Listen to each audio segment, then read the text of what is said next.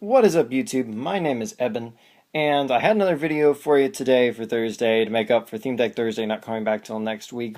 But, uh, I actually didn't have a card I thought I had, so we're going to have to wait on that until tomorrow. So we'll be doing a deck for Thursday. But today, I want to talk briefly about the metagame and where it's going with Roaring Skies coming out.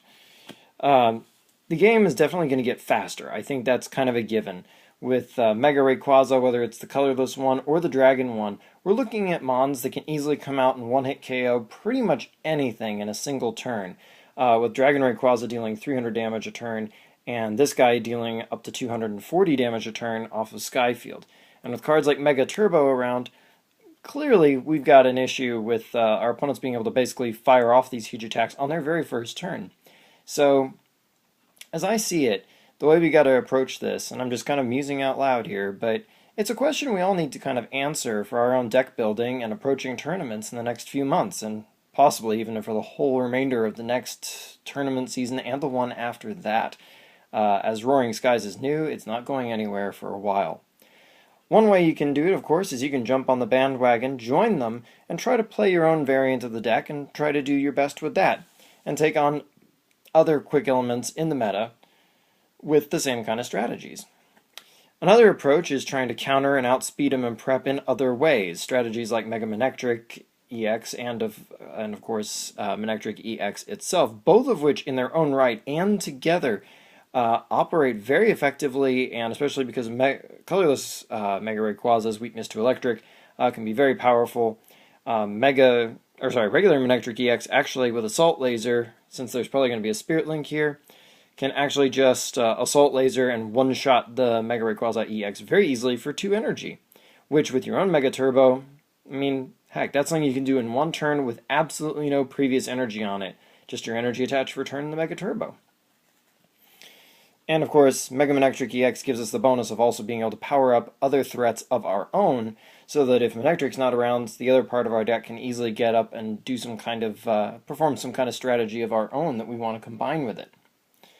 Of course, there is the other strategy. We can always just try to control everything. Seismitoad EX looks like he's still going to be around in the future, and while he might get one-shotted, with options like hammers and whatnot, and of course lasers still being around, at least for a little while in the next few months, he definitely has ways of dealing with Rayquaza. But arguably, even without Hypnotoxic Laser, just because of the barrage of hammers he can offer and the complete lockout of quick power-ups like Mega Turbo, and, every item, of course, including Spirit Links, the ability to slow your opponent down drastically and take control of the game turn by turn is still very effective, and it can handle not only the Mega Rayquaza strategies, but others as well.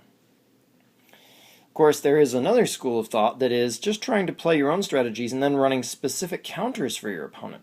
And while Sigilyph and Suicune might be going away, Aegislash-EX will be around for a while, and options like Double Colorless Energy do make some of our faster new strategies possible.